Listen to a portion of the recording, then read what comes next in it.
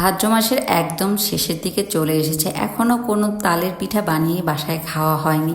তবে আজ বানাবো তালের কোন পিঠা বানাবো আর তালের কেক বানাবো, কিভাবে বানালাম এবং কিভাবে সব কিছু রেডি করে নিলাম তাই নিয়ে সাজালাম ছোট্ট একটা ভিডিও। হ্যালো এভরিওয়ান, আসসালামু আলাইকুম, welcome to our new another blog.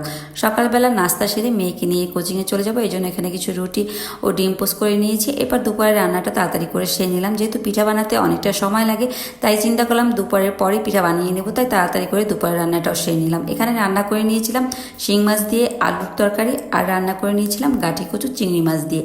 তাড়াহুড়া করেই রান্নাটা করছিলাম, কারণ তালটা গুলিয়ে তারপর পিঠাটা বানাতে হবে, এই জন্য আমি বাজার থেকে তালও আনিয়ে নিয়েছি। এই যে তাল নিয়ে আসা হয়েছে, তালটা কিন্তু মাশাআল্লাহ দেখতে অনেক সুন্দর। ঢাকাতে দেখা যায় তাল কিনে এনেই বানানো লাগে, আর গ্রামে হয়তো দেখা যায় যে টুকিয়ে এনে বা তাল পরে সেগুলো এনে তালের পিঠা বানিয়ে খাওয়া যায়। তো আমি তালটাকে খুব সুন্দর করে ভেঙে বেশ খানিকক্ষণ পানিতে ভিজিয়ে রেখেছিলাম। এবার আমি তালটাকে খুব সুন্দর করে গুলিয়ে নেব, গুলিয়ে তারপর এই কাঠ দিয়ে আমি তালের পিঠা তৈরি করব। এরপরে আমি তালটা গুলানোর পরে কিন্তু একটা কাপড়ে খুব সুন্দর করে বেশ খানিকক্ষণ ঝুলিয়ে রেখেছিলাম, এতে করে কষ পানিটা পড়ে গিয়েছে, যাতে করে তিতাভাবটা চলে গিয়েছে। এরপর আমি পিঠা বানানোর জন্য একটা গোলা তৈরি করে নিলাম।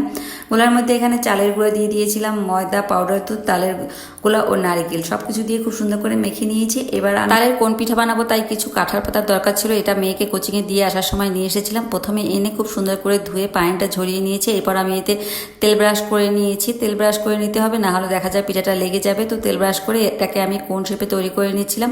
অনেকটা দেখতে পানের খিলির মতো লাগে, কিন্তু কাজটা করতে আমার খুব ভালো লাগছিল, এই যে পাতা দিয়ে পানের খিলি বানানো বা কোন বানাতে। এরপর আমি টুথপিক দিয়ে খুব সুন্দর করে লাগিয়ে নিয়েছি, সবগুলো কোন তৈরি করে নিয়েছি পিঠা বানানোর জন্য। এবার একটা কাঁঠাল পাতার কোণের মধ্যে আমি এই যে গোলাটা দিয়ে দেবো, পিঠার গোলাটা দিয়ে দেবো। একটু সাবধানে এই কাজটা করতে হবে, চেপে চেপে একদম নিচ পর্যন্ত নিয়ে যেতে হবে, এতে করে পিঠাটা যখন বানানো হয়ে যাবে দেখতে অনেক সুন্দর লাগবে। এক এক করে আমি সবগুলো কোণে আমি গোলাটা দিয়ে দিচ্ছিলাম। এরপর আমি এর উপরে কিছু কোরানো নারকেল দিয়ে দেবো, এতে করে পিঠাটা বানানোর পরে দেখতে অনেক বেশি সুন্দর হবে। আর এটা ফ্রেশ একটা নারকেল ভেঙে সেটাই দিতে হবে, এতে করে খেতেও ভালো লাগবে। তো আমি এক এক করে কিন্তু সব পিঠাগুলো তৈরি করে নিচ্ছিলাম।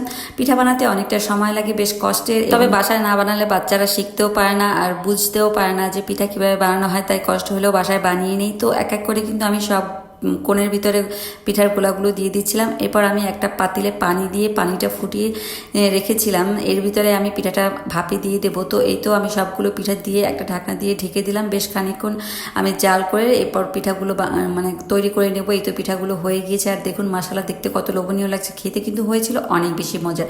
আর এই তালের কোন পিঠাটা বানাতে কষ্ট হলেও অনেক বেশি পছন্দ করে আমার মেয়েরা, তাজবিশনা ও তোয়া। তো পিঠাগুলো বানানো হয়ে গিয়েছে, কাঁঠাল পাতা দিয়ে একটু ছাড়িয়ে নিলাম, টুথপিকটা খুলে নিলাম, এরপর আমি পিঠাগুলো বের করে নিয়েছিলাম।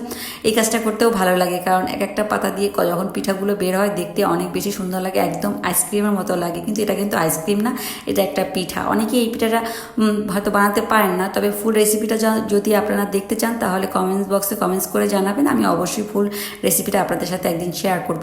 তো এই তো পিঠাগুলো আমি খুলে নিয়েছি, এরপর খুব সুন্দর করে সাজিয়ে নিলাম, আর দেখতে কিন্তু অনেক বেশি সুন্দর হয়েছিল। আর তালের কোন পিঠাটা তাজবিশনার এত বেশি পছন্দ যে ও বানানোর পরপরই খাওয়া শুরু করে দিয়েছে। আর বেশ অনেকটা গোলা রয়ে গিয়েছিল, চিন্তা করলাম একটা কেক বানিয়ে ফেলি।